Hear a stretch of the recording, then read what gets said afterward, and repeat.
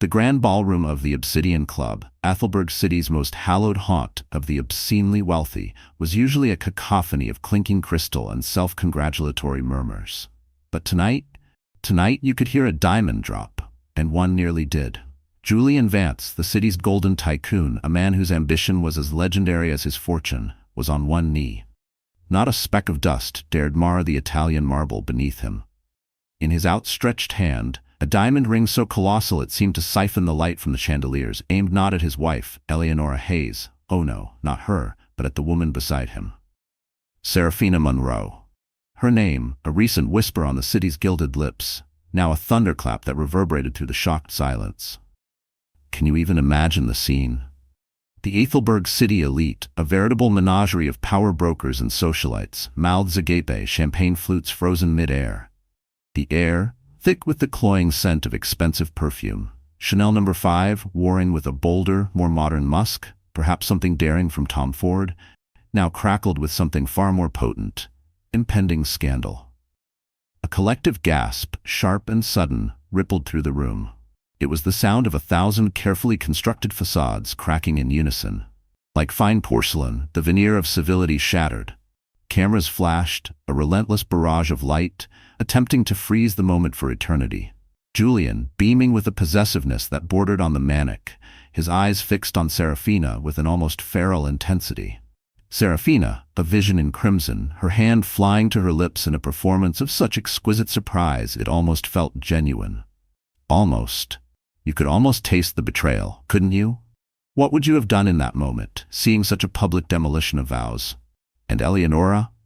Eleonora Hayes, his wife of 15 years, the regal brunette who stood not 10 feet away, was an ice sculpture, a study in stillness. Her face, usually a canvas of serene composure, revealed nothing. Absolutely nothing. Her eyes, the color of a stormy sea, were like chips of obsidian, reflecting the glittering chaos but betraying no emotion of her own. Was she shocked? Devastated? Furious? Who could tell? This betrayal, so public, so brazen, this calculated demolition of their shared history, should have shattered her, right? That's what everyone expected. Tears, accusations, a scene. She didn't utter a word, not a sigh, not a whimper. She didn't move a muscle, didn't flinch as the daggers of 100 curious, pitying, or downright gleeful stares pricked at her. For a long moment she simply was, a fixed point in a reeling universe. Then, with the grace of a queen abdicating a tainted throne, she turned. Her back, straight and unyielding. She walked out of the Obsidian Club. Her steps measured, her head held high. No tears, no hysterics. Just silence. A silence so profound, so thunderous, it drowned out the rising tide of whispers and the frantic clicking of cameras. It was magnificent, it was terrifying. It was a masterclass in defiance. This singular act of silent defiance, this public shunning, delivered with such glacial poise, immediately became Athelberg City's newest, most delicious obsession. The media went into a frenzy. Headlines screamed. Pundits pontificated. What would Eleonora do? Would she unleash the legal hounds? Would she retreat into humiliated seclusion? Would she, God forbid, fight back in kind, dragging Julian's name through the mud he himself had so gleefully stirred? Her silence was a blank canvas, and onto it, the city projected its wildest fears, its darkest desires, its most fervent fantasies of retribution or ruin. They dissected every nuance of her departure, every flicker, or lack thereof, in her eyes. She's plotting something huge, one socialite might have whispered to another over brunch the next day. Or perhaps she's just broken, another might counter, with a feigned sigh of sympathy. But here's a secret, a tiny detail most observers missed in the ensuing pandemonium, a detail that might just hold the key to the enigma of Eleonora Hayes. As she turned to leave, her fingers, slender and pale, had instinctively tightened around a small, antique silver locket nestled at her throat. An almost imperceptible movement. What was its significance? Did it hold a portrait? A secret? Or was it merely an anchor in the storm of her husband's public scandal? This locket, rarely seen without it, suddenly felt like a clue, a breadcrumb in the labyrinth of her thoughts. The city buzzed, hungry for answers, for the next act in this unfolding drama of betrayal. Eleonora disappeared into the Athelberg night, leaving behind a maelstrom of whispers and flashing lights. Her silence was a question mark hanging over the city, But to understand its weight, one must first understand the empire she helped build, and the man who just shattered it. And believe me, if you think this is the climax, you haven't seen anything yet. What do you think was going through her mind? Drop your theories in the comments below. I'm dying to hear them. And don't even think about missing what comes next. Subscribe and hit that bell, because this story is just getting started. It hadn't always been this way. No. There was a time, not so long ago, when Julian Vance and Eleonora Hayes, then Eleonora Ainsworth, were the luminous sun around which Ethelberg City's high society revolved. Their story wasn't a quiet evolution. It was an explosion of ambition and art, a narrative the city devoured with an insatiable appetite. But what if that glittering facade, the one plastered across magazine covers and whispered about in envious tones, was always destined to crack? Julian Vance. The name itself was a brand. He wasn't born with a silver spoon. He'd clawed his way up from the gritty earth of Oakhaven County, a place where the Ethelberg city skyline was a distant, shimmering promise. Young Julian didn't just see skyscrapers, he saw his future kingdom. He flipped dilapidated properties before he was old enough to legally drink the champagne he'd later serve at his galas, his tenacity a raw, unpolished force. By 25, he'd made his first million. By 30, Vance Global Holdings was more than a company. It was an empire in the making, its steel and glass tendrils reaching ever higher, a testament to Julian's relentless ambition. He was the architect of his own legend, every deal a brick, every success a new floor in the monument to his name. But every architect, even one as self-assured as Julian, needs a muse, don't they? Enter Eleonora Ainsworth, daughter of the formidable Judge Alistair Ainsworth, a man whose integrity was as unshakable as the granite courthouse he presided over. Eleonora was different. Where Julian was fire, she was water. A classical pianist of prodigious talent, her world was one of nuanced sonatas and quiet contemplation, a stark contrast to Julian's bull market roar. Yet there was an undeniable strength about her, an aura of quiet resilience that was as compelling as Julian's overt power. Her hands, capable of coaxing heartbreaking melodies from ivory keys, also held an antique silver locket, a constant presence at her throat. A gift from her late grandmother she'd once shyly admitted to a journalist, it was her talisman, a symbol of inner strength, a private wellspring of fortitude. Little did anyone know how deeply she would need to draw from it. Their romance? A whirlwind. The unstoppable entrepreneur and the refined artist. Opposites, they say, attract. And in their case, it was a magnetic force, pulling together two disparate worlds into a dazzling constellation.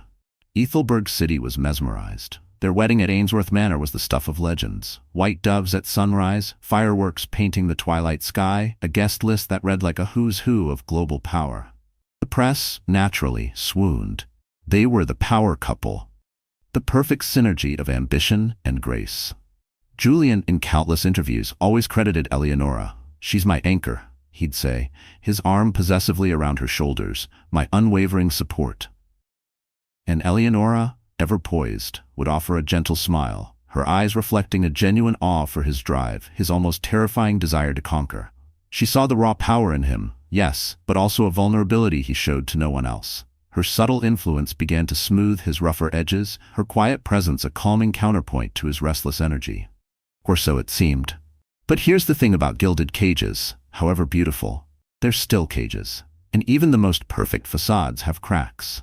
Julian's obsession with work, once a shared adventure, began to consume him. Vance Global Holdings ballooned, branching into shipping, tech, a sprawling octopus of enterprise. The intimate dinners dwindled, replaced by frantic calls from distant time zones, late-night strategy sessions that bled into the early hours of the morning. Eleonora would pass him in the cavernous hallways of their penthouse, a ghost in silk, offering a gentle smile that rarely reached preoccupied eyes. A permanent line etched itself between his brows, a frown that blossomed whenever his phone buzzed, which was always. She noticed. Of course she noticed. How could she not? But she attributed it to the relentless pressures of a growing empire, the cost of ambition. A small, almost imperceptible frown would sometimes touch her own lips, a fleeting shadow on her serene face, her only outward sign of disquiet. Was it naivety, or was it the carefully curated composure of a woman who understood, perhaps too well, the precarious nature of perfection? The empire grew, but the quiet corners of their penthouse echoed with unspoken anxieties. Eleonora, ever poised, maintained the facade, even as a new, disruptive force was about to enter their carefully constructed world. If you've ever seen a perfect picture start to fray, you know that feeling, right? That tiny, nagging doubt that something's about to give. Hold on to that thought, because the first tremor was about to hit. What do you think that first sign really was? Let me know in the comments, and make sure you're subscribed so you don't miss the moment this flawless image begins to unravel. The empire grew, but the quiet corners of their penthouse echoed with unspoken anxieties. Eleonora, ever poised, maintained the facade, even as a new, disruptive force was about to enter their carefully constructed world. It began, as such things often do, with an innocent introduction at a glittering charity event, or perhaps not so innocent at all. What do you think? Are these encounters ever truly accidental when ambition is involved?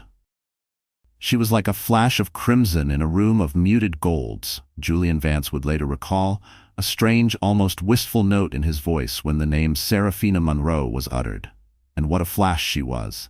The event was the Phoenix Children's Foundation Gala, a cause deeply cherished by Eleonora, an evening typically marked by her quiet grace and Julian's magnanimous check-writing.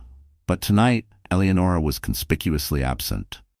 A slight indisposition. The official word went out. A convenient headache, perhaps? Or something more? It left Julian, the city's most sought-after titan, untethered. And there, amidst the champagne flutes and hushed conversations at the Grand Lumina Hotel, was Seraphina Monroe. She wasn't just another pretty face in the Ethelberg City socialite pool. Oh no. Newly hired as a brand strategist for Vance Global, Seraphina was a weaponized confection of ambition and intellect, wrapped in a package that could stop traffic. Her eyes, bright and unnervingly perceptive, met Julian's across the crowded ballroom. There was no shyness, no deference, just a cool, appraising confidence that radiated from her like a heat signature. She engaged him not with fawning praise, but with sharp, insightful questions about his philanthropic endeavors, her compliments delivered with a surgeon's precision, effective, yet leaving no trace of insincerity. Julian, a man accustomed to yes-men and sycophants, found himself intrigued, utterly. After the formal speeches, they found themselves at the same table. Coincidence, or a carefully orchestrated maneuver by a woman who knew exactly what she wanted? As the night wore on, fueled by vintage champagne and the thrill of an unexpected connection, Julian found Seraphina's charm addictive. She didn't just listen, she understood. His pressures, his relentless drive, the crushing weight of his empire. She seemed to absorb it all, reflecting it back to him not as a burden, but as a mark of his brilliance. It was a potent elixir for a man whose wife, in her quietude and artistic sensibilities, perhaps seemed to exist on a different, more ethereal plane. Eleonora supports my dreams, he might have thought. But Seraphina gets the engine that drives them. Dangerous thinking, wouldn't you agree? By the time the gala wound down, under the pretense of discussing further brand strategy, a ludicrously thin veil, he'd given her his personal number. The next day, her name was an insistent hum beneath the surface of his thoughts. Purely professional, he told himself, the classic lie of a man teetering on the edge of a precipice. Yet, that afternoon, he dialed. Their first working lunch at a chic, discreet Ethelberg bistro, all seared salmon and hushed tones, quickly blurred the lines. Laughter came easily. They discovered shared frustrations with corporate life, a surprising similarity in their less-than-glamorous upbringings. There was no immediate physical contact, not yet, but an intangible tension, a forbidden desire, crackled between them, as palpable as the static before a lightning strike. Days bled into weeks, a second lunch, a third, an after-work drink that stretched late into the evening. Was it the thrill of attraction? The intoxicating rush of secrecy? Whatever it was, each meeting left them wanting more. Julian found himself drawn to her ambition, so like his own, yet sharper, more unburdened. Her youthful optimism was a tonic. With Seraphina, there was no complex baggage of shared history, no endless marital responsibilities, just the exhilarating promise of something new, something forbidden. During one of these clandestine meetings, Serafina, her voice dropping to a conspiratorial whisper, spoke of a recurring dream. "It's always the same," she'd murmured, her eyes dark and unreadable for a moment. "A tall tower, grand and glittering, but it's on fire, and I'm watching it burn." The image intrigued Julian, pricking at some unexamined part of him, even as a faint, almost imperceptible shiver of unease traced its way down his spine. A burning tower. Prophetic, perhaps, but he dismissed it, lost in the allure of the woman before him. Meanwhile, Eleonora remained in the gilded background, a queen in her soundproof music room, consumed by rehearsals for an upcoming solo performance at the Aurelian Concert Hall. Bach and Chopin were her confidants, the intricate melodies a refuge from the growing chill in her marriage. Julian, increasingly adept at deception, would claim late-night business meetings, urgent calls with overseas investors.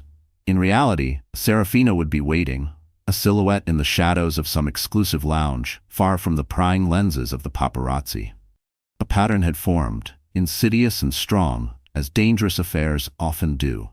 The point of no return. It always comes, doesn't it? For Julian and Serafina, it arrived on a stormy Ethelberg City night. Thunder rattled the windows of the limousine as it navigated the rain-slicked streets, returning from a business conference in a neighboring city. The city lights were a blur, the windows dark, creating an intimate, insulated world within.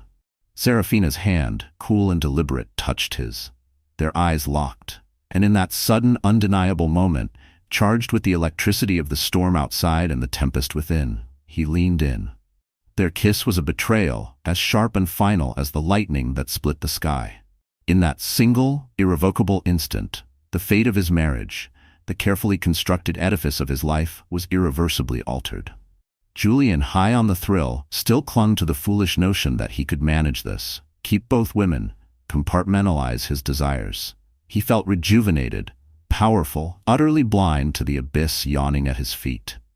Julian, intoxicated by this dangerous new dynamic, believed he could compartmentalize his life, unaware that his muse was watching, her gentle soul sharpening into something far more formidable. "You just know this can't end well, right? What's your bet on who makes the first move to expose this? Share your predictions and get ready, because the quiet storm is about to break." Julian, intoxicated by this dangerous new dynamic, believed he could compartmentalize his life, unaware that his muse was watching, her gentle soul sharpening into something far more formidable. "You just know this can't end well, right? What's your bet on who makes the first move to expose this? Share your predictions and get ready, because the quiet storm is about to break."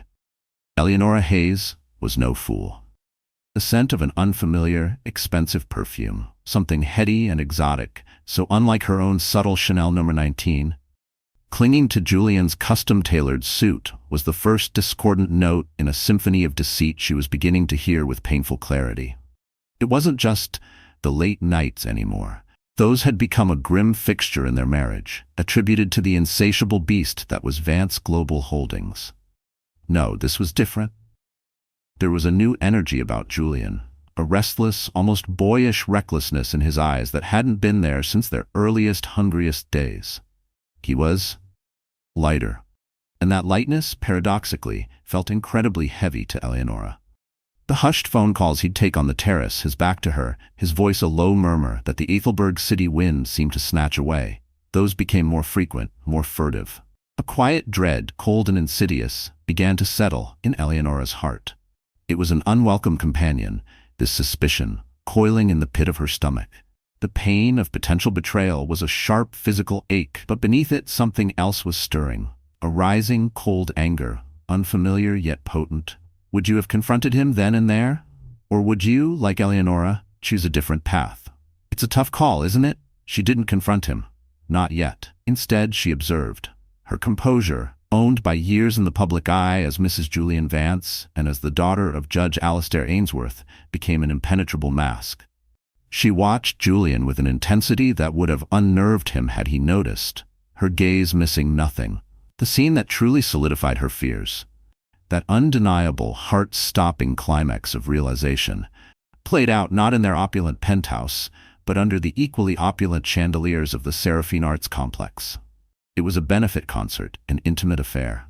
Eleonora, ever the patron of the arts, was slated to perform a short, poignant Chopin nocturne. She played flawlessly, each note a perfect tear, her emotion channeled into the keys. Julian naturally arrived late, slipping into his front row seat just as the applause for the preceding artist faded. Eleonora, from her vantage point at the grand piano, saw him scan the auditorium, his eyes restless, searching, and then she saw it. A flicker. A bare, almost imperceptible shift in his gaze as a woman in a sleek, emerald-green gown, a color so vibrant it seemed to hum against the muted tones of the private balcony, made her entrance. Serafina Monroe. Of course, her presence at such high-profile events wasn't entirely unusual. Her role in public relations for Vance Global provided a convenient cover. But it was Julian's reaction, that split-second spark of something, recognition, anticipation, possessiveness, that twisted like a knife in Eleonora's gut. Despite her pounding heart, her fingers never faltered on the keys. She finished the piece, the final notes hanging in the air like unshed tears. The applause was thunderous, a standing ovation. Eleonora bowed, her grace unwavering, her eyes locking with Julian's for a searing moment. He clapped enthusiastically, his smile broad, but she saw the guilt, the faint sheen of sweat on his brow, the tension in the set of his jaw. He knew. And he knew that she knew. Or did he? That night, she didn't accuse. She didn't scream. She simply asked. "You seemed distracted during the concert, Julian," she remarked later as she was changing out of her performance gown, the silk cool against her skin. "Is everything at work quite all right?" He waved it away with a dismissive gesture, too casual. "Just one of our brand specialists. Had to ensure she found her seat, was greeted properly. You know how these things are." Rebecca noticed the slight tremor in his hand as he loosened his tie, the way his eyes refused to meet hers in the mirror. She wanted to press, to demand, but a small, cold voice inside her, a voice she was beginning to recognize as her own inner strength, whispered, "Not yet. Gather your armies first," she confided in her oldest, dearest friend, Vivienne Moreau, a sharp-witted, fiercely loyal art dealer whose gallery was a haven for Athelberg's true connoisseurs. Vivienne, whose own experiences with the city's predatory elite had left her with few illusions, listened intently, her expression grim. "Darling," Vivienne said, her voice surprisingly gentle, "your heart is a noble thing, but it will lead you into ambushes. If this viper is in your Eden, you need more than suspicion. You need proof. Cold, hard, undeniable proof." And so, with a heart heavy as stone, Eleonora made a decision that went against every fiber of her being. She hired Marcus Thorne. Thorne was a whisper in Athelberg's underbelly, a private investigator renowned for his ghost-like efficiency and absolute discretion. A necessary evil. The hushed phone calls, the clandestine arrangements, it all felt sordid, a betrayal of her own dignity. But her gut, that primal instinct she'd learned to trust, told her it was the only way. Every night, lying beside Julian in their king-sized bed, the space between them a yawning chasm, her heart would pound a frantic rhythm against her ribs. Every morning she'd check her burner phone, a cheap, untraceable device Vivienne had procured, waiting for Marcus Thorne's updates, bracing herself. The damning evidence arrived in a plain manila envelope. Photographs of Julian and Serafina emerging from dimly lit restaurants, their laughter too intimate. Time-stamped entries of Serafina slipping into their penthouse when Eleonora was away for a charity performance in another city.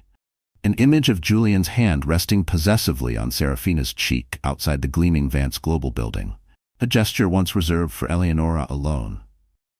Each photograph was a fresh stab, a bullet of truth. Her hands, usually so steady at the piano, trembled as she laid them out on her antique rosewood desk. But as she looked at the proof of her husband's betrayal, a strange calm descended. The pain was still there, a raw, gaping wound, but now it was accompanied by an icy resolve. She clutched the silver locket at her throat, its cool metal a familiar comfort, a conduit to an ancestral strength she was only just beginning to tap into. She picked up the burner phone. "Marcus," she said, her voice devoid of emotion, "continue your surveillance, and say nothing to anyone." The game had changed.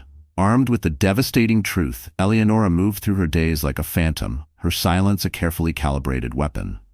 Julian, meanwhile, grew bolder, oblivious to the storm gathering on his horizon. He thought he was winning, didn't he? Little did he know, The quietest person in the room often holds the most power. What would you do with that kind of evidence? Would you confront him immediately, or would you play the long game like Eleonora? Let me know your strategy in the comments below. And trust me, you'll want to hit that subscribe button because the way Eleonora wields this information, it's going to be an absolute masterclass. You won't want to miss a single move. The game had changed. Armed with the devastating truth, Eleonora moved through her days like a phantom, her silence a carefully calibrated weapon. Julian, meanwhile, grew bolder, oblivious to the storm gathering on his horizon. He thought he was winning, didn't he?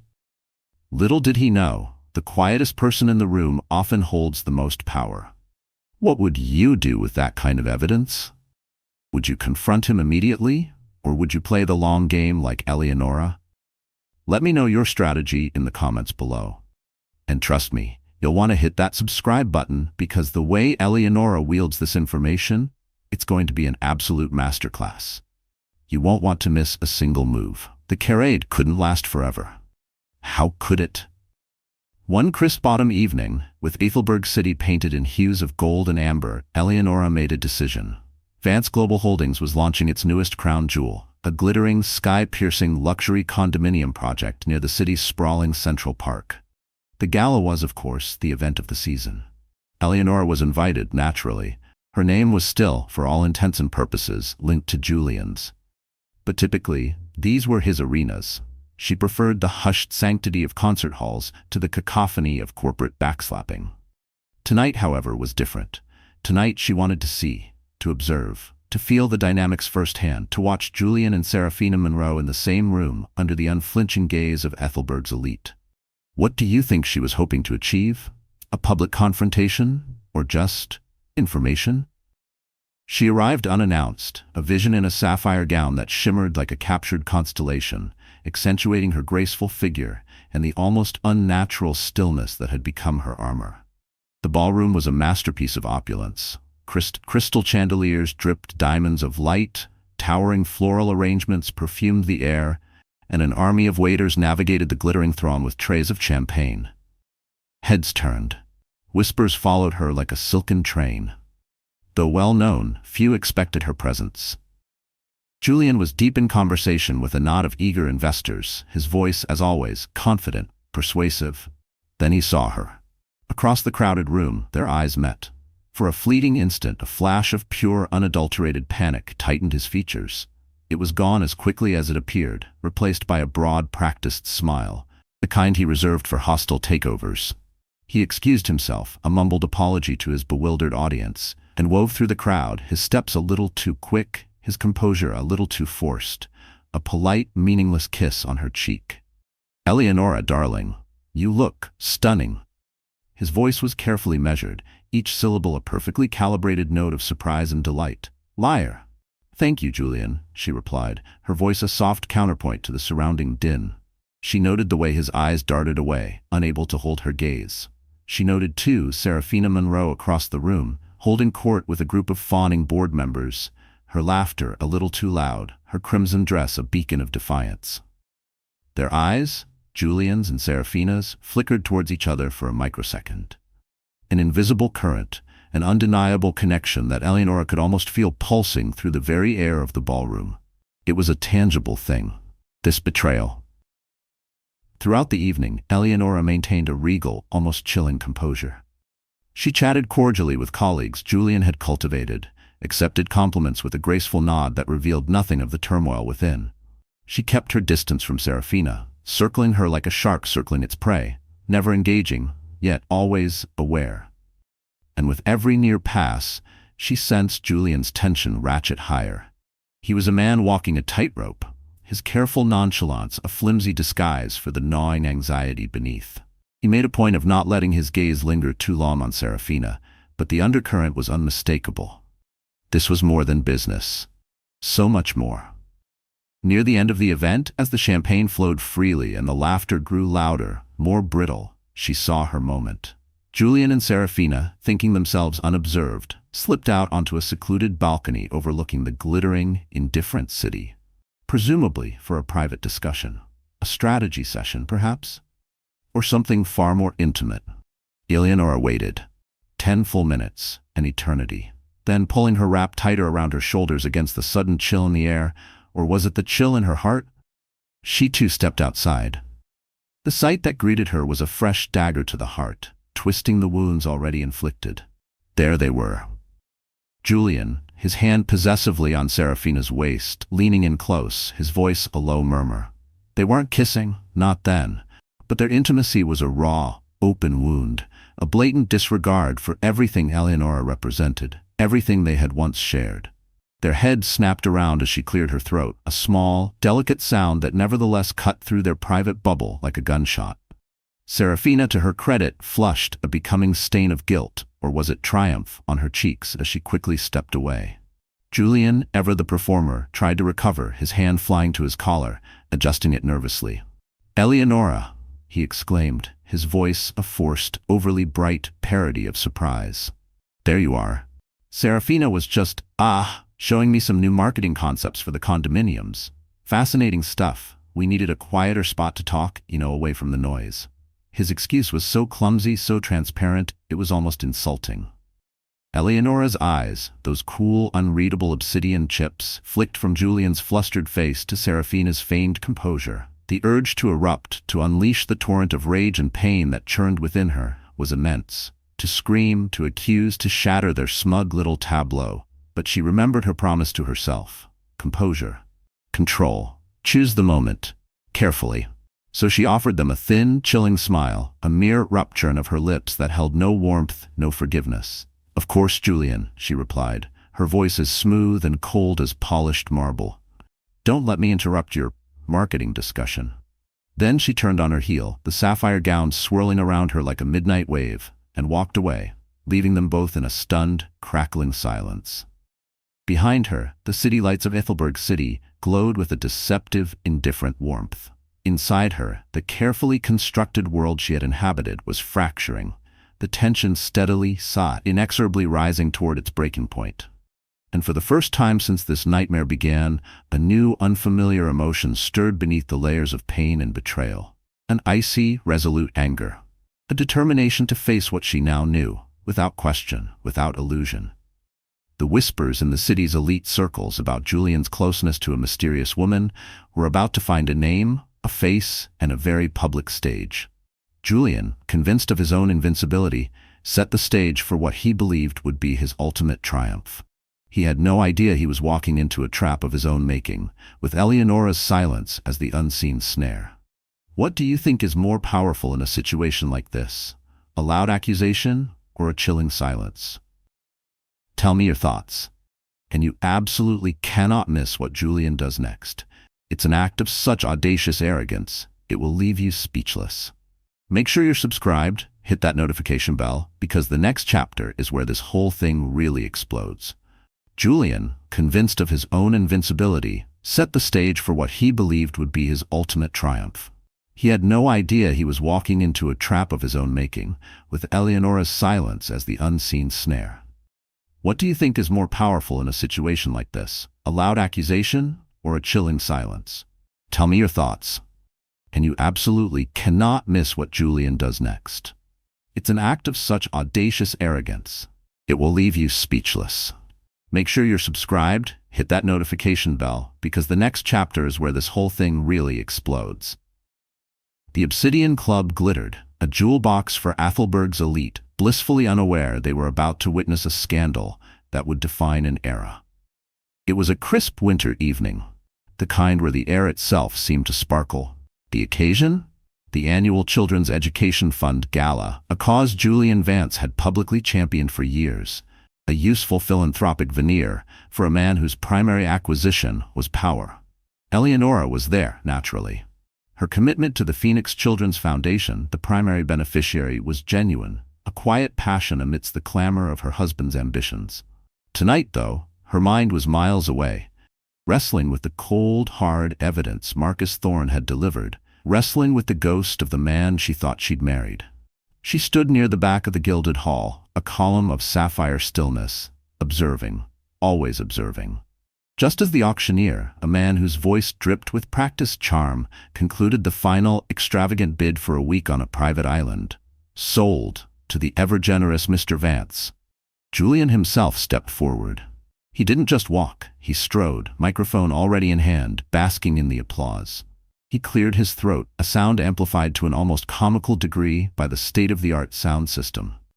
His heart, he'd later confess to a bewildered associate, was hammering like a trapped bird, but adrenaline, that potent cocktail of ego and recklessness, spurred him on. "Ladies and gentlemen," his voice boomed, echoing off the coffered ceilings and crystal chandeliers. "Your generosity tonight, truly astounding. This cause, children's education, is, as you know, incredibly dear to me." More applause, polite, expectant. Eleonora watched him, her eyes narrowed, a knot of ice forming in her stomach. What was he doing? This wasn't on the program. Then, to her utter, bone-chilling horror, Julian, with a flourish worthy of a Roman emperor, beckoned towards the wings.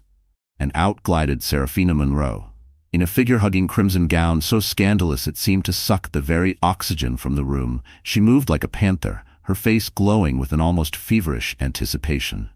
The crowd murmured, a confused, uneasy ripple spreading through the elite assembly. Who was this woman? No one had introduced her. Had they missed something? Julian took Seraphina's hand, his grip possessive, his smile dazzlingly insincere. "I've been blessed in many ways," he began, his voice thick with manufactured emotion, his gaze sweeping the room before landing, with deliberate theatrical intensity, on Seraphina. "Blessed with success, with opportunity, but none so profoundly as finding someone who truly, truly understands me. Someone who shares my passions, my dreams, my very soul." His voice broke, just a little. "Masterful. Tonight," he continued, his voice dropping to a conspiratorial hush that nevertheless carried to every corner of the suddenly silent room, "I want to share that blessing with all of you. Because tonight, I intend to ask this incredible, this astonishing woman to be my wife." A collective gasp. Shock. Not just a ripple this time, but a tidal wave of disbelief. Cameras, already poised, erupted in a blinding fusillade of flashes. The world, for everyone in that room, seemed to tilt on its axis. Eleonora's blood turned to ice. Her breath hitched in her throat, a strangled, silent sob. She was too far away to reach him, too stunned to move, too horrified to do anything but stare. Her mind a maelstrom of disbelief, and a pain so profound it was almost physical.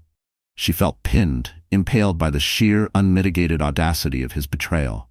The entire room spinning around her in a dizzying vortex of glittering lights and distorted faces. This wasn't just infidelity. This was a public execution. Her execution. On stage, the grotesque pantomime continued. Julian, oblivious or simply indifferent to the carnage he was inflicting, dropped to one knee. He produced a velvet box, Cartier, no doubt. Inside, a ring so ostentatiously large, so blindingly brilliant, it seemed to mock the very concept of taste. It didn't just dazzle under the chandeliers. It radiated a cold, hard arrogance, a dramatic symbol of his obscene wealth and his utter, contemptuous disregard for the vows he'd already exchanged. The woman who still bore his name. Seraphina's hands flew to her mouth in a gesture of perfectly rehearsed, wide-eyed surprise. Her eyes, however, brimming not with innocent joy, but with tears of unmistakable, naked triumph. "Yes," she whispered into the microphone Julian thoughtfully provided, her voice trembling with, "What? Ecstasy? Greed? Oh, Julian, yes, yes, of course, I'll marry you." The applause that followed was hesitant, confused, a ragged, uncertain sound. People exchanged uncertain glances, their smiles frozen, their brows furrowed. Half the room was too stunned to react. The other half, too steeped in the codes of polite society, clapped with a strained, awkward enthusiasm. At the back of the room, Eleonora felt her heart, her carefully guarded, resilient heart, shatter into a million incandescent pieces. Yet even then, even in that moment of supreme public humiliation, she uttered not a single word. With a composure that defied comprehension, a stillness that was almost preternatural, she turned. And for the second time that evening, she walked. Out of the ballroom, out of the glare of the flashbulbs, out of the suffocating miasma of shock and scandal, leaving behind a maelstrom of gasps, urgent whispers, and the dawning, delicious horror of Ethelberg City's greatest public disgrace. And in the profound, deafening silence of her exit, she made the single most pivotal, most defining choice of her life: to remain completely, resolutely, and utterly silent. The city was alight with the scandal, but the woman at its heart remained a ghost.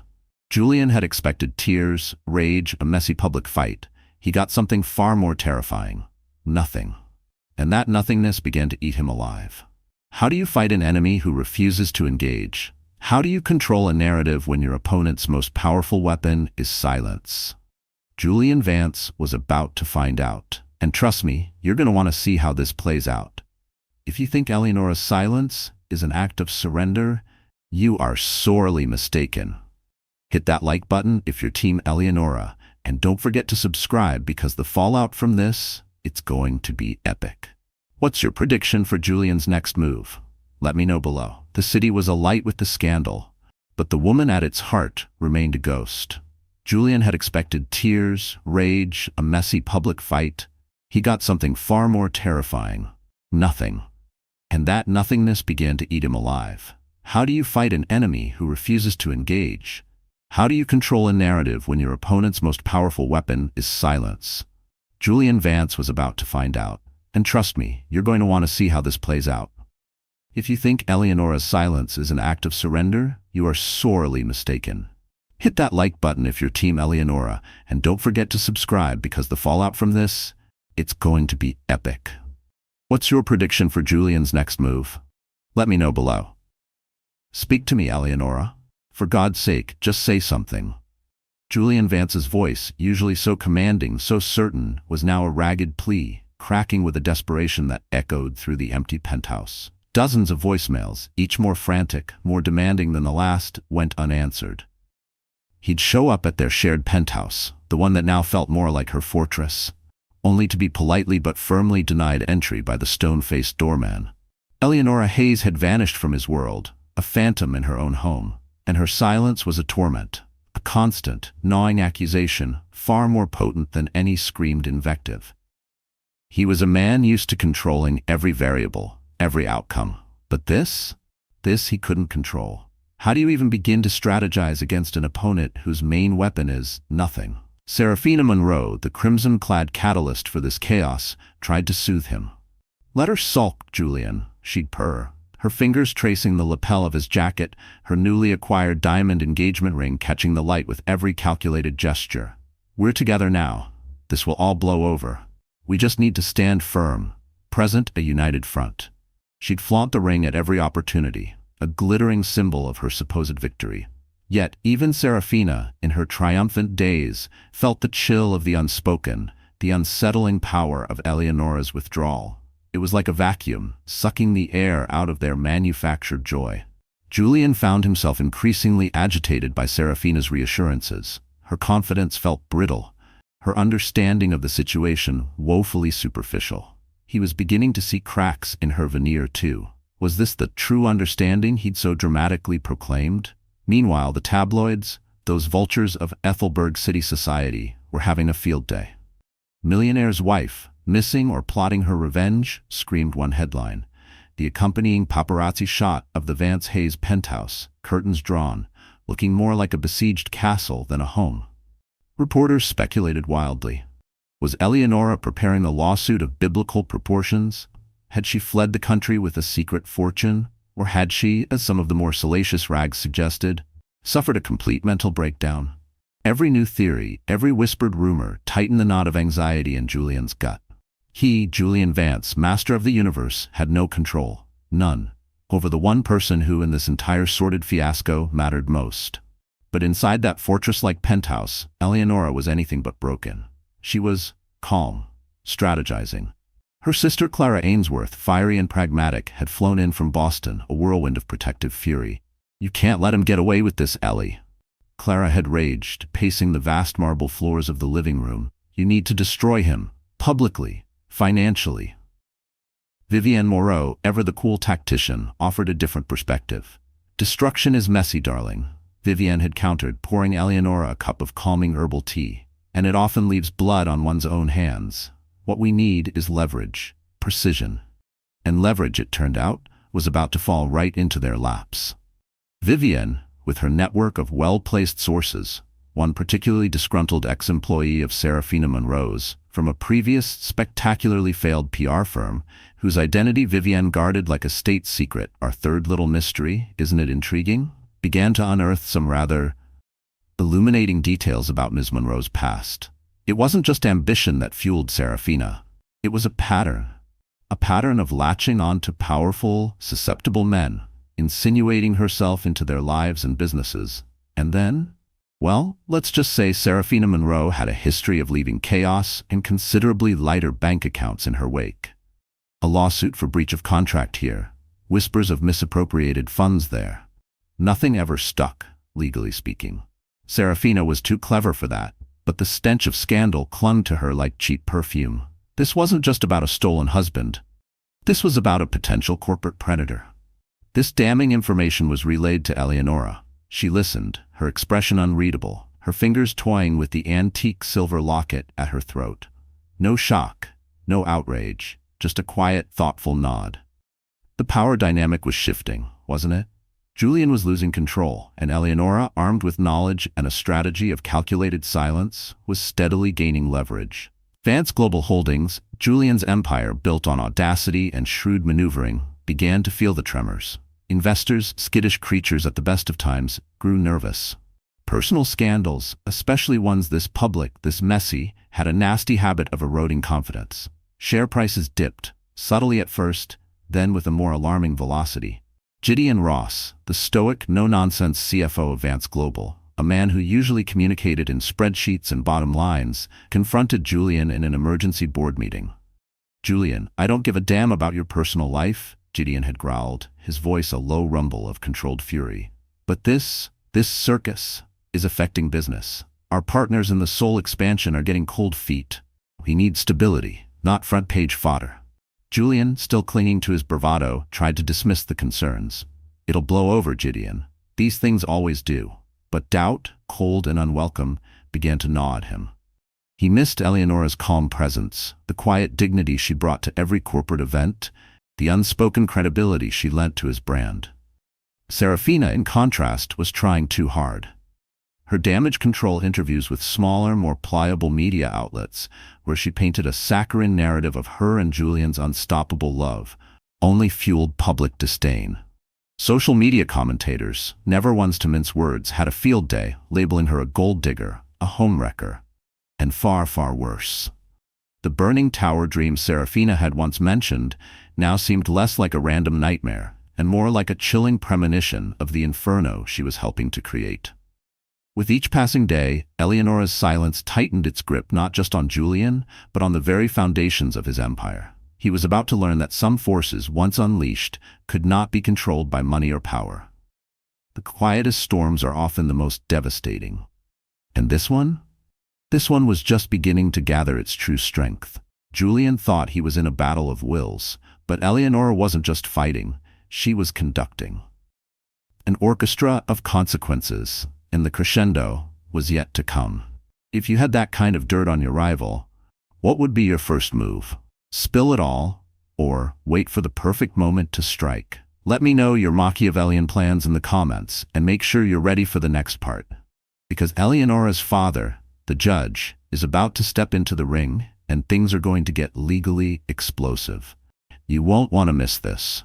With each passing day, Eleonora's silence tightened its grip not just on Julian, but on the very foundations of his empire. He was about to learn that some forces, once unleashed, could not be controlled by money or power. The quietest storms are often the most devastating. And this one? This one was just beginning to gather its true strength. Julian thought he was in a battle of wills, but Eleonora wasn't just fighting, she was conducting. An orchestra of consequences, and the crescendo was yet to come.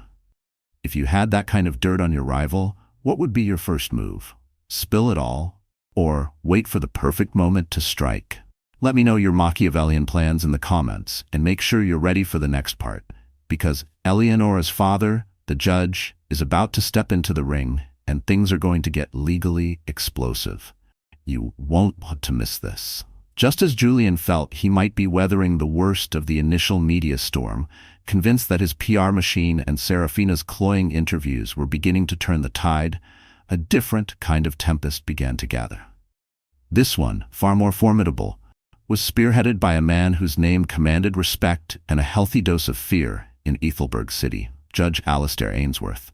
a man whose legendary stoicism was matched only by his unyielding moral code. He had remained conspicuously silent since the news of Julian's public betrayal broke, a silence that, in its own way, was as potent as Eleonora's. But now, he acted. He summoned Eleonora not to his imposing city residence, but to the hallowed halls of Ainsworth Manor, the sprawling country estate where Eleonora had grown up, a place programmation with memories of a simpler, less treacherous time. Imagine the scene, the ancient oak-paneled study, smelling of old books, beeswax, and the faintest hint of pipe tobacco. The judge's one small indulgence. Father and daughter across a vast mahogany desk that had seen generations of Ainsworth triumphs and tragedies. Eleonora, pale but composed, her eyes still holding a shadow of the heartbreak she endured. Judge Ainsworth, his face an unreadable mask of judicial impartiality, poured her a cup of tea. Earl Grey, her favorite, the silence stretching between them, not uncomfortable, but laden with unspoken understanding. Finally he spoke, his voice a low rumble that had made hardened criminals quail. "The world has been unkind to you of late, my child." A masterpiece of understatement. "I wish to offer my assistance, in any way you deem appropriate."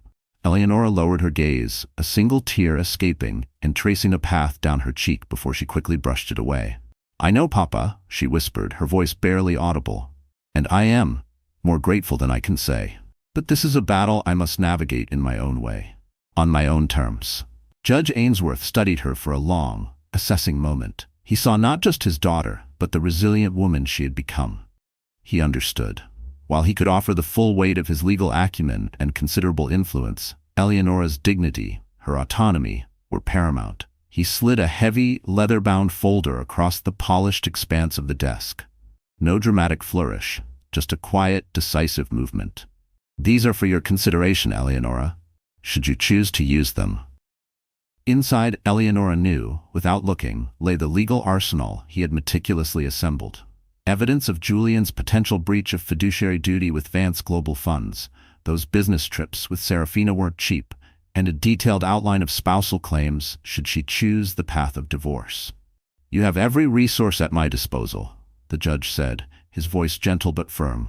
"My legal team, my investigators, anything, but I will not force your hand. You will do what feels right when it feels right, and I and the full weight of this family will stand beside you, unequivocally." Tears welled in Eleonora's eyes again, but this time they were tears of gratitude, of a profound, fortifying relief. She reached across the desk and squeezed his hand, her grip surprisingly strong. For the first time in weeks she felt anchored, as if her silent, solitary strategy now had a powerful, unshakable ally. The power of silence was one thing. The power of silence backed by Judge Alistair Ainsworth was another entirely. Meanwhile, on Julian's side of the rapidly escalating conflict, tensions were reaching fever pitch. Serafina, bless her ambitious heart, was still fixated on the prize. A high-profile wedding, the kind that would cement her position not just as Julian's wife, but as Ethelberg City's newest queen. She orchestrated lavish photo shoots, arranged fawning interviews about their fairy tale romance. The irony was apparently lost on her, and relentlessly pushed for the finalization of a prenuptial agreement.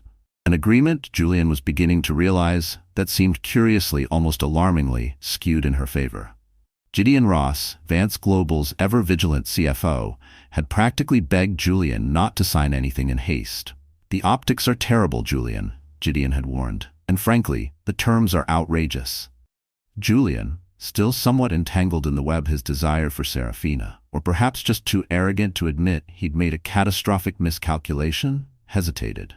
For the first time, a sliver of doubt regarding Serafina's true motives began to penetrate his ego-driven haze. He wasn't completely without his own legal firepower, however. Dr. Alistair Finch, a corporate attorney as slick and predatory as a freshly fed shark, had joined Team Julian. Finch, with his Savile Row suits and silver-tongued reassurances, promised to neutralize any threat Eleonora might pose, to protect the Vance fortune at all costs. Their strategy? To paint Eleonora as a woman scorned, yes, but also as a wife who had been aware of their long-standing marital difficulties and the inevitable separation long before Julian's public proposal. Her silence, they would argue, was tacit acceptance, a passive-aggressive ploy for a larger settlement. Julian hated the idea of attacking Eleonora's reputation, of dragging her through that kind of public mud. Deep down, a part of him still recoiled at the thought. But his fear of losing everything, his empire, his status, his carefully constructed image, pushed him to extremes he wouldn't have thought possible. He rationalized it, as men like Julian often do. If she filed for divorce, if she came after his kingdom, he'd need every legal advantage, every dirty trick in Dr. Finch's expensive playbook. The lines were drawn. The city braced itself. This wasn't just a divorce, it was shaping up to be a war. Team Eleonora, the judge, her fiercely loyal friends, and a growing mountain of evidence against Julian and Serafina. Team Julian, a high-priced lawyer, a desperate PR team, and the rapidly dwindling shield of money and influence he believed could protect him from anything. And in the dead center of this swirling maelstrom of allies and enemies, of strategy and scandal, was Eleonora. Still silent, still watching, still biding her time. The final desperate plea came on a brutal snowy evening in February. The city was cloaked in white, the silence of the snow a stark counterpoint to the turmoil in Julian's soul. He couldn't take it anymore. The unanswered calls, the returned letters, the impenetrable wall of Eleonora's silence. He had to see her, talk to her, make her understand, or perhaps make himself understand. Armed with a ridiculously expensive bouquet of white orchids, her favorite, a detail he still remembered with a pang, he went to the penthouse. He brushed past the doorman, a man who usually greeted him with obsequious deference but now merely nodded, his eyes carefully blank. The elevator ride to the penthouse floor felt like an ascent to the gallows, each soft ding of the floor's passing heightening his anxiety. He let himself into the silent marble foyer. "Eleonora?" he called out, his voice hoarse, swallowed by the vast emptiness of the space they had once shared. No response. He ventured deeper, his footsteps echoing unnervingly on the polished floors. He found her in the music room, seated at the grand piano, her back to him. She wasn't playing, just staring at the keys.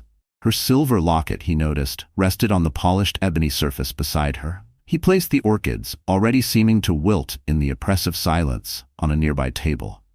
He cleared his throat. "Eleonora," he began, his voice quivering, betraying an emotion he couldn't quite name. "Fear? Regret? I'm sorry for everything. I swear, I never meant for it to happen this way." She turned then, slowly, her expression still unreadable, but her eyes, God, her eyes. They were filled with a profound sorrow, a deep, weary understanding, and yet beneath it all a flicker of something new, a fierce, unyielding resolve. But she didn't speak. Not a word. She simply watched him, her gaze steady, offering no hint of anger, no whisper of forgiveness. "I know I hurt you," he blurted out, stepping closer, desperate for any reaction, any sign. "I was selfish, stupid, arrogant, Serafina," she was. He paused, struggling for the words, the excuses that now sounded so hollow even to his own ears. "I thought I could find something new, something exciting, but I never, ever wanted to destroy you, Eleonora. You have to believe me." Still, she remained silent. And Julian's carefully constructed composure finally snapped. His frustration, his fear, his utter helplessness in the face of her implacable silence flared into a desperate, ragged anger. "Damn it, Eleonora! Speak to me!" he demanded, his voice shaking on the verge of a shout. "Please, just say something, anything. I need to know what you want. What will it take?" Eleonora raised her gaze, and for the first time in what felt like an eternity, Julian saw directly into her soul. He saw the pain he had inflicted, the betrayal she had endured.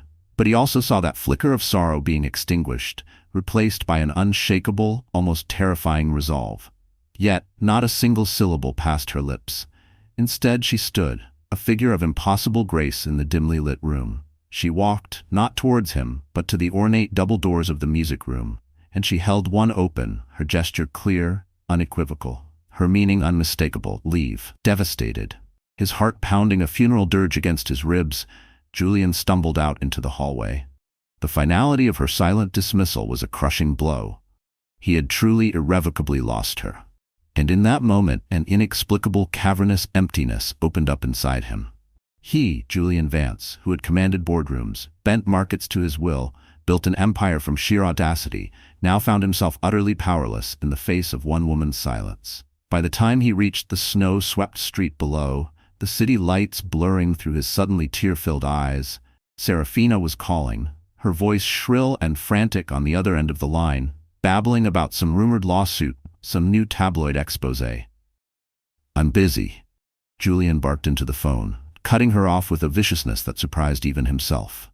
His thoughts swirled, a chaotic vortex of regret and dawning, terrifying understanding. He realized, with a clarity that was like a shard of ice to the heart, that what he missed most wasn't just the comfort of Eleonora's presence or the elegance she brought to his life. It was her respect, the moral grounding she had, however unconsciously, provided. The quiet stability that had been the invisible bedrock of his entire dizzying ascent. Without her, everything felt unstable, teetering on the brink of an abyss of his own making. And in the profound, snow-muffled hush of that Ethelberg city night, Julian Vance finally understood. Eleonora's silence wasn't just an absence of words. It was a sentence. More damning, more absolute than any shouted accusation, any legal decree. It was the sound of a door slamming shut on everything they had built together, everything he had so carelessly, so arrogantly, thrown away. And he knew, with a certainty that chilled him to the bone, that he had no one to blame but himself. The door to their past slammed shut with that silent gesture. Julian was left in the cold, the architect of his own ruin, as the machinery of justice, guided by a wife's quiet resolve, began to turn. And let me tell you, when the wheels of justice start turning, especially with Judge Ainsworth greasing them, things get real, fast. You absolutely do not want to miss the courtroom showdown. Hit that subscribe button because you're about to witness the kind of legal drama that makes your jaw drop. What do you think Eleonora's first move in court will be? The door to their past slammed shut with that silent gesture. Julian was left in the cold, the architect of his own ruin, as the machinery of justice, guided by a wife's quiet resolve, began to turn. And let me tell you, when the wheels of justice start turning, especially with Judge Ainsworth greasing them, things get real. Fast. You absolutely do not want to miss the courtroom showdown. Hit that subscribe button because you're about to witness the kind of legal drama that makes your jaw drop. What do you think Eleonora's first move in court will be? The Ethelberg City family courthouse was a fortress of gray stone, its columns slicing the sharp February wind. But on that biting Monday morning, it felt less like a bastion of justice and more like the city's most anticipated Colosseum. Reporters huddled like frozen pigeons, their breath steaming, camera crews jockeying for position. This wasn't just another high society divorce. This was a public reckoning, and everyone wanted a front row seat. The air crackled with anticipation. Was this where the silent queen would finally speak, or would her quiet war continue within these hallowed, unforgiving walls? All eyes and a barrage of flashbulbs turned as Julian Vance arrived. Clad in a bespoke navy suit, his silver hair perfectly coiffed, he attempted an air of beleaguered dignity. But the tension in his jaw, the slight tremor in his hand as he adjusted his tie, betrayed the fallen titan beneath the facade. Flanked by his high-powered, notoriously ruthless attorney, Dr. Alistair Finch, a man whose smile never quite reached his cold reptilian eyes, Julian said nothing, staring straight ahead as shouts of "Mr. Vance, any comment on today's hearing?" rained down upon him. He looked smaller, somehow, diminished. The invincibility he usually wore like a second skin had begun to fray. Moments later, a different kind of silence fell. Eleonora Harrington, she had reclaimed her maiden name with a quiet, decisive stroke of a pen the week before, walked down the long marble corridor. No dramatic entrance, no entourage, save for her father, the formidable Judge Alistair Ainsworth, his presence a silent testament to unwavering support, and her own attorney, Isabel Moreau. Isabel, Vivienne's younger sister, was a rising star in Ethelberg's legal scene, known for her meticulous preparation and a courtroom demeanor that could eviscerate an opponent with terrifying politeness. Eleonora wore a simple, elegant black wool coat over charcoal gray dress, her dark hair pulled back in a severe but becoming chignon. Her only adornment was the antique silver locket at her throat. She moved not like a victim stepping onto a battlefield, but like a queen reclaiming her queendom, her quiet dignity a more potent weapon than any army. She didn't look for Julian. She didn't need to. Her stillness even here commanded the space. The courtroom buzzed, a hive of hushed speculation, as Judge Evelyn Thorne took her seat. A no-nonsense, sharp-eyed woman, Judge Thorne was renowned across the state for her impartiality and her utter disdain for theatrics. The gavel fell, the sound sharp, final. "Let's proceed." Dr. Finch, smooth as oiled silk, was first to his feet. His strategy was clear. Paint the narrative of a marriage long dead, an amicable separation already in progress before Julian's unfortunate public display of affection for Ms. Monroe. "Your Honor," Finch purred, his voice resonating with feigned sincerity, "our client, Mr. Vance, wishes only to close this chapter of his life with the dignity and fairness it deserves. There was no malicious intent, merely an unfortunate, if perhaps exuberant, public announcement of a new chapter. A chapter that was, by all accounts, already underway with Mrs. Harrington's tacit understanding." He almost made it sound reasonable. Almost. But Isabel Moreau, Eleonora's counsel, was more than prepared. She rose, a figure of calm, controlled power. And then the dismantling began. Meticulously, systematically. She laid out a timeline that was as damning as it was irrefutable.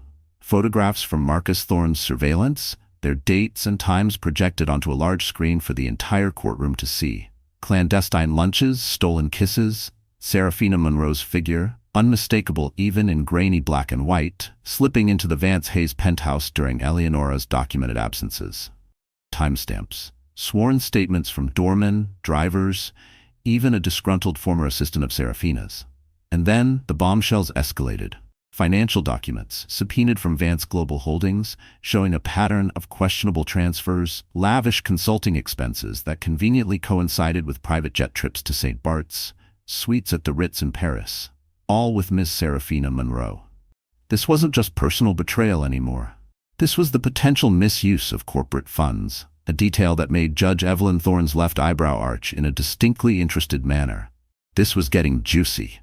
Throughout it all, Eleonora sat ramrod straight, her hands folded gently in her lap, her expression serene, almost beatific. She did not fidget, she did not weep, she did not interrupt. She didn't need to. The cold, hard facts, presented with Isabel Moreau's surgical precision, were doing all the talking. The truth, as they say, has a way of making itself heard, even in the most deafening silence.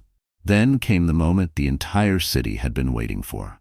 The petitioner, Mrs. Eleonora Harrington, will now take the stand. The courtroom hushed, a collective intake of breath. Eleonora rose, smoothed the fabric of her dress, and walked to the stand with that same quiet, unwavering grace. Her voice, when she finally spoke, was calm, measured, neither trembling with emotion nor sharpened with an appetite for revenge. She answered Judge Thorne's questions with simple, unadorned honesty. She detailed her discovery of the affair, the crushing public humiliation of Julian's proposal to another woman, her subsequent weeks of enduring the relentless media scrutiny in silence. "I chose not to speak until now, Your Honor," she stated, her gaze steady, "not from weakness or an inability to defend myself, but to preserve what little dignity remained in a situation designed to strip me of it entirely. I knew in the end the truth would speak for itself." Her words, devoid of histrionics, resonated through the stunned courtroom, striking harder than any shouted accusation could have. Even Judge Thorne paused for a beat longer than usual before continuing, a flicker of something akin to respect in her sharp eyes. At one point, Judge Thorne leaned forward. "Mrs. Harrington," she asked, her voice surprisingly gentle, "are you seeking punitive damages? Extended litigation over the considerable Vance estate?" The courtroom held its breath. This was it, the moment for the kill. Eleonora looked directly at the judge, her silver locket catching the dim courtroom light. "No, Your Honor," she replied, her voice clear and unwavering. "I only ask for what is fair. A dissolution of this marriage and a division of assets that reflects the 15 years I dedicated to it. I have no desire to destroy what is left of Mr. Vance or his company. I only wish to walk away from this wreckage, knowing I did not become what hurt me." Julian flinched as if physically struck. That one sentence, "I only want to walk away knowing I didn't become what hurt me," echoed the loudest. What a line! What a moment! Don't you just feel that in your soul? If this isn't a mic drop, I don't know what is. The gavel fell, not just on a marriage, but on an era of unchecked arrogance. Julian Vance had sought to rewrite his story with a public spectacle. But it was Eleonora Harrington's quiet dignity that penned the final, unforgettable chapter. But what happens after the verdict? What becomes of Julian, Serafina, and most importantly, Eleonora? You absolutely have to stick around for the aftermath. Click that subscribe button, because the final chapter of this saga will show you what true power and peace really look like. You won't regret it. The gavel fell, not just on a marriage, but on an era of unchecked arrogance. Julian Vance had sought to rewrite his story with a public spectacle, but it was Eleonora Harrington's quiet dignity that penned the final, unforgettable chapter. But what happens after the verdict? What becomes of Julian, Serafina, and most importantly, Eleonora? You absolutely have to stick around for the aftermath.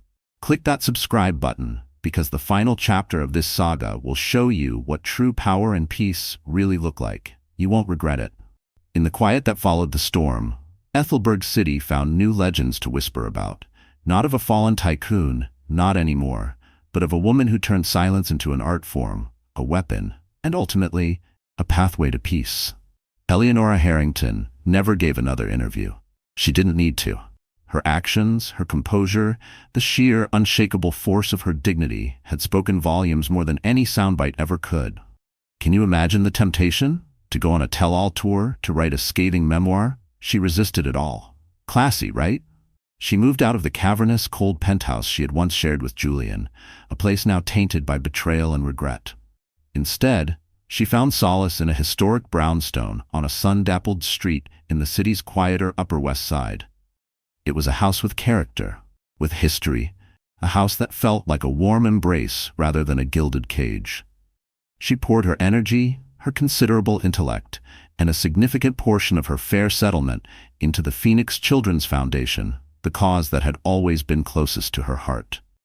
And in a move that resonated deeply within the Ethelberg arts community, she endowed a substantial new scholarship fund for promising young women in the arts, pianists, painters, poets, sculptors. She called it the Ainsworth Locket Grant. A poignant, powerful tribute to her grandmother's legacy, to the quiet strength symbolized by that antique silver locket she always wore, the locket that had been her silent confidant through the darkest days. Its significance, once a mystery, now seemed clear. It was a reminder of enduring strength, of a heritage of resilience. Her peace, those who encountered her noted, was palpable. It wasn't the fragile peace of someone who had merely survived, but the deep, resonant peace of someone who had truly overcome, who had faced the abyss and chosen not to be consumed by it. She began teaching masterclasses at the conservatory again, her touch on the piano keys as sure and expressive as ever, perhaps even more so, imbued with a newfound depth of emotion. And Julian Vance? What of the architect of his own downfall? His fortune, though diminished by the settlement and the subsequent hemorrhaging of investor confidence in Vance Global Holdings, remained vast. Yet every room in his now empty penthouse, the one Eleonora had so gracefully abandoned, felt cavernous, cold, haunted by the echo of her silence. He became a man adrift, a ghost in his own opulent life.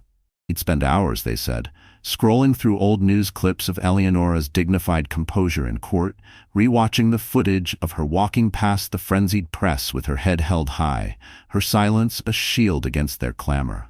He was obsessed, they whispered, not with what he had lost in terms of money or status, but with the woman he had so profoundly, so irrevocably misunderstood. The power she wielded, the poise she maintained, it was a language he had never learned to speak. And now, it was the only sound he truly heard. His relationship with Serafina, predictably, disintegrated under the weight of public scorn and Julian's own thinly veiled resentment. The engagement was quietly, unceremoniously, called off. There would be no lavish wedding, no triumphant new Mrs. Vance. Serafina Monroe, the crimson spark that had ignited the inferno, vanished from Ethelberg's glittering social scene as quickly and dramatically as she had appeared. Facing potential subpoenas related to her rather creative interpretation of fiduciary duties at previous engagements, and with Julian's protective and financial umbrella abruptly withdrawn, she made a quiet, unpublicized relocation to Chicago, a city perhaps more forgiving of ambition, untethered by ethics. She became a footnote, a cautionary tale whispered at cocktail parties, the mistress who reached for the crown and ended up with ashes. It's a tough lesson, isn't it? That sometimes the brightest flames burn out the fastest, especially when they're fueled by someone else's destruction. Ethelberg City, in its fickle way, admired Eleonora's grace, her almost regal ability to rise from the ashes of her public humiliation without crushing others in the process.